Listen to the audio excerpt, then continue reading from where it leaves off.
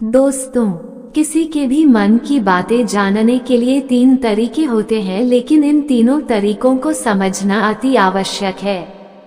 यदि आप इन तीनों तरीकों को समझ लेते हैं तो आप किसी के भी मन की बातें बड़ी ही आसानी से जान सकते हैं, समझ सकते हैं। तो चलिए इसे कहानी के माध्यम से समझते हैं कि किस तरह से आप दूसरों की मन की बातें जान सकते हैं, समझ सकते हैं। बहुत समय पहले की बात है। एक छोटा सा गांव था। उस गांव में 2 भाई रहा करते थे। बड़ा भाई अंधा था, जिस कारण वह हमेशा घर पर ही बैठा रहता था और छोटा भाई खेती किया करता था। लेकिन खेतों में अधिक जानवर आने से पूरी फसलें नष्ट हो जाती थी, जिस कारण छोटा भाई बहुत परेशान हो चुका था। तभी उसे एक तरकीब सूझी। एक दिन उसने सोचा, खेतों में से इन जानवर को भगाने के लिए क्यों ना मैं अपने बड़े भाई की मदद लूं। वैसे भी बड़े भैया अंधे हैं। अगर वह खेत में बैठे रहेंगे और जानवरों की आहट आने पर वो उन्हें जोर से चिल्लाकर भगा सकते हैं, जिससे हमारी फसलें बच सकती हैं। इसलिए उन्हें मैं खेत में बिठा देता हूँ। ये सब सोच विचार करने के बाद उसने अपने खेत में ही एक छोटी सी झोपड़ी तैयार की और अपने अंधे भाई को उस खेत में बिठा दिया और उनसे कहा, भैया, यदि कोई जानवर की आहट आपको सुनाई दे तो आप जोर जोर से चिल्लाना। ये सुनकर वह जानवर यहाँ से भाग जाएंगे और हमारी फसलें नष्ट होने से बच जाएगी। बड़ा भाई अपने छोटे भाई की बात मान लेता है और वो उस दिन से खेत में ही रहना शुरू कर देता है। जब भी किसी जानवर की आहट उसे सुनाई देती तो वह तुरंत जोर जोर से चिल्लाना शुरू कर देता, जिससे वह जानवर उसके खेतों से भाग जाते। ऐसा करते करते कई दिन बीत चुके थे। तभी एक दिन उसके खेत में एक हिरन भागता हुआ आता है और वह खेत के बांध को तोड़कर वहां से भाग गया। लेकिन उसी हिरन का पीछा करते हुए एक राजा भी उस खेत में आ पहुंचा। तभी राजा की नजर उस अंधे भाई पर पड़ती है। राजा उस व्यक्ति से कहता है, देखो, मैं यहाँ पर एक जानवर का पीछा करते हुए आया हूँ। क्या तुमने उस जानवर को यहाँ पर देखा है? इस पर वह व्यक्ति कहता है, हे राजन, मैं तो अंधा हूँ, मैं भला किसी जानवर को कैसे देख सकता हूँ। लेकिन मैं आपको इतना जरूर बता सकता हूँ कि जो जानवर मेरे खेतों से होकर भागा है वह आपके लायक नहीं है। आप उसके पीछे अपना समय यूं ही व्यस्त कर रहे हैं।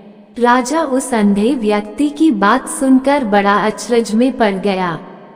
वो ये सोचने लगा कि आखिर ये तो अंधा है, फिर इसे कैसे पता कि जिस हिरन को मैं तलाश रहा हूँ वो हिरन मेरे लायक है ही नहीं।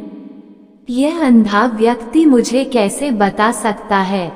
तभी राजा उस अंधे व्यक्ति से कहता है, कहीं तुम मुझसे झूठ तो नहीं कह रहे। एक तरफ तुम ये कहते हो कि तुम अंधे हो और दूसरी तरफ तुम ये भी कह रहे हो कि जो जानवर यहाँ से भागा है वह मेरे लायक नहीं है। इस पर वह अंधा व्यक्ति कहता है, हे राजन, जिसे आप एक हिरन समझ रहे हैं, असल में वह एक हिरन नहीं है बल्कि एक हिरनी है और वह भी गर्भवती है। और जहाँ तक मुझे ज्ञान है, मैंने कभी किसी राजा को किसी गर्भवती हिरनी का शिकार करते हुए नहीं सुना है और इसी कारण मैं आपसे ये कह रहा हूँ कि वह हिरनी आपके लायक नहीं है। आप उसके पीछे अपना समय व्यर्थ न करें। ये सुनकर राजा और भी अचरज में पड़ गया। वो ये सोचने लगा कि आखिर यह अंधा आदमी यह कैसे जान सकता है कि वो हिरनी है और गर्भवती है। राजा कुछ देर सोच विचार करने के बाद अपने सेनापति से कहता है, सेनापति जी, मुझे वह जानवर जिंदा चाहिए क्योंकि मुझे ये पता करना है क्या वह हिरनी है और क्या वह गर्भवती है। क्योंकि यह अंधा आदमी बहुत विश्वास के साथ कह रहा है और मुझे इस बात की पुष्टि करनी है। यदि वह हिरनी हुई और गर्भवती हुई तो वह हमारे शिकार के लायक नहीं है, क्योंकि हम तो एक हिरण का पीछा कर रहे थे। इसलिए जाओ और पता करो कि क्या वह हिरनी है। सेनापति राजा से आज्ञा लेकर आगे की ओर बढ़ चलता है और कुछ देर बाद जब वह वापस लौटकर आता है तो वह राजा को कहता है, हे राजन, इस अंधे आदमी ने जो भी बातें कही हैं, वह बिल्कुल सही हैं। वो एक हिरनी ही है और वह गर्भवती भी है। ये सुनकर राजा आश्चर्यचकित रह गया। उसे समझ नहीं आ रहा था कि आखिर अंधा आदमी कैसे पता कर सकता है कि वह जानवर एक हिरनी है और वह गर्भवती है। भला एक अंधा आदमी यह कैसे देख सकता है? ये कैसे जान सकता है? आखिर इसे ये कैसे पता चला? ऐसे कई सारे प्रश्न अब राजा के मन में उमड़ने लगे। अब राजा ने ये ठान लिया था कि मुझे इस बात की तह तक पहुंचना ही है कि आखिर यह अंधा आदमी कैसे जानता है कि वह जानवर एक हिरनी है। ये सोचकर राजा उस अंधे आदमी के पास जाता है और उस अंधे आदमी से कहता है, देखो, मैं ये तो नहीं जानता कि तुम सचमुच अंधे हो या नहीं, लेकिन मैं तुमसे एक बात जानने आया हूँ। क्या तुम मेरे प्रश्न का सही सही जवाब दोगे? इस पर अंधा व्यक्ति कहता है, हे राजन, आप जो कुछ पूछना चाहते हैं मुझसे पूछ सकते हैं। मैं आपको बिल्कुल सच सच जवाब दूंगा। इस पर राजा कहता है, देखो, एक तो तुम कहते हो कि तुम अंधे हो और दूसरी तरफ तुमने ये बता दिया कि जिस जानवर का पीछा मैं कर रहा हूँ वो एक हिरनी है और वह गर्भवती भी है। आखिर तुम्हें ये कैसे पता चला? तुम्हारे खेत में और भी तो जानवर आते होंगे, और भी तो जानवर यहाँ से गुजरते होंगे, फिर तुमने ये कैसे अंदाजा लगाया? तभी वह अंधा व्यक्ति राजा से कहता है, हे राजन, आप जिस हिरनी का पीछा कर रहे थे वही हिरनी जब मेरे खेत में आई, उसकी रफ्तार और उसके भागने की आहट से मुझे यह एहसास हो चुका था कि यह एक हिरनी है और मेरे खेत की जो बांध है वो बहुत छोटी है, उसकी ऊंचाई ज्यादा नहीं है। यदि कोई हिरन होता तो उस बांध को बड़ी आसानी से लंघ जाता, लेकिन वो हिरनी इस बांध को तोड़कर भागी है और यदि वह इस बांध को छलांग लगाकर पार करने का प्रयास करती तो इससे उसके बच्चे को खतरा होता। और इसी बात से मैंने ये पता लगा लिया कि वह गर्भवती है। इस कारण वह ज्यादा ऊंची छलांग लगाकर मेरे खेत की बांध को तोड़ते हुए भाग गई। इस पर राजा के मन में एक और प्रश्न उठा। राजा ने कहा, किंतु तुम्हें कैसे पता चला कि वह एक हिरनी ही है? और भी तो कोई जानवर यहाँ पर आ सकते हैं।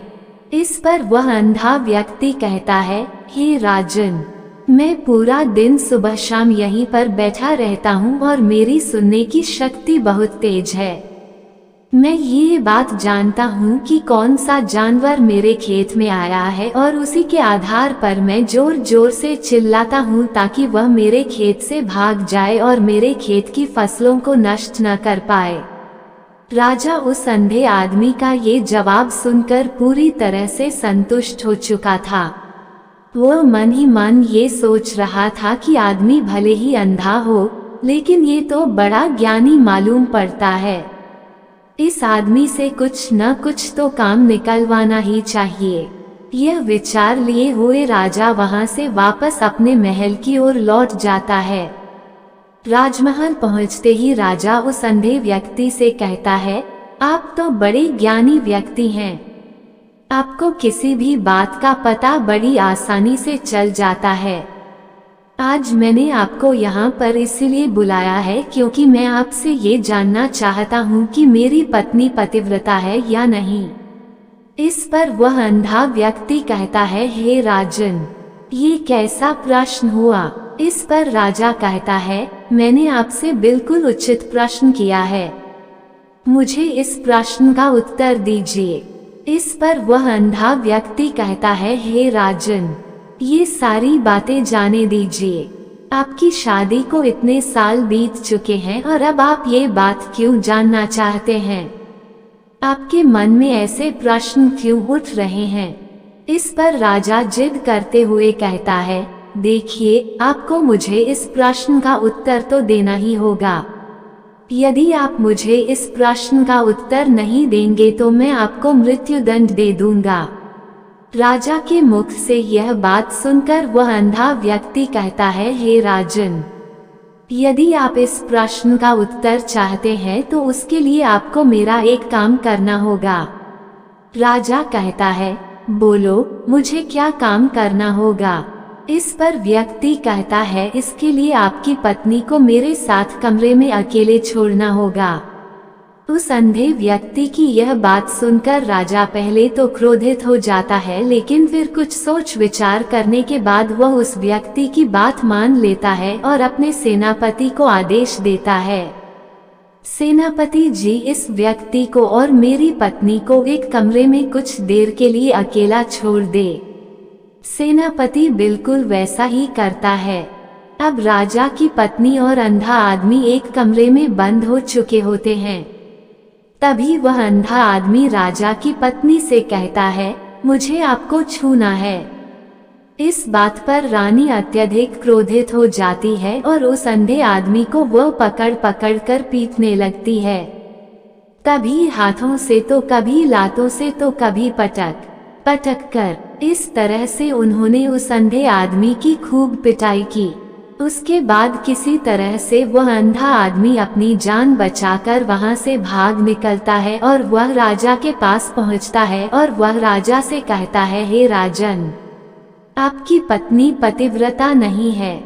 ये बात सुनकर राजा अत्यधिक क्रोधित हो उठता है और राजा अपनी तलवार निकालकर सीधा अपनी पत्नी की ओर जाता है और क्रोधित होकर वह अपनी रानी से कहता है, रानी जी, आज मैं जो भी सवाल आपसे करने वाला हूँ उसका मुझे सच सच जवाब दीजिएगा, और यदि आपने एक शब्द भी झूठ कहा तो मैं आपका अभी के अभी सर धड़ से अलग कर दूंगा। तभी आगे वह राजा कहता है, मुझे बताइए, क्या आप पतिव्रता हैं या नहीं? इस पर रानी कहती है, हे राजन, आप भले ही मुझे जान से मरवा दीजिए, लेकिन मैं पतिव्रता नहीं हूँ। राजा ये बात सुनकर बहुत खुश हुआ, क्योंकि उस अंधे आदमी ने जो भी कहा था वह बिल्कुल सच था। ये बात सुनकर तुरंत ही राजा उस आदमी के पास पहुंचता है और आकर उस अंधे आदमी से कहता है, तुम्हें कैसे पता चला कि मेरी पत्नी पतिव्रता नहीं है? इस पर वह अंधा आदमी कहता है, हे राजन, बड़ी सीधी सी बात है। मैंने तो आपकी पत्नी से बस इतना ही कहा था कि मुझे आपको छूना है, और इस बात पर वह इतना क्रोधित हो उठी कि उन्होंने गुस्से में आकर मुझे लात घूंसों से पीटना शुरू कर दिया। और भला कोई औरत। अगर आपको कहानी अच्छी लग रही है तो चैनल को सब्सक्राइब करना ना भूले, इससे हमें और वीडियो बनाने में मोटिवेशन मिलती है। किसी और मर्द को कैसे छू सकती है, लेकिन उन्होंने ना आव देखा ना ताव, बस लात घुसे मुझ पर बरसाने शुरू कर दिए। वह भी तो एक छूना ही हुआ। इससे मुझे पता चल गया कि वह एक पतिव्रता नारी नहीं है।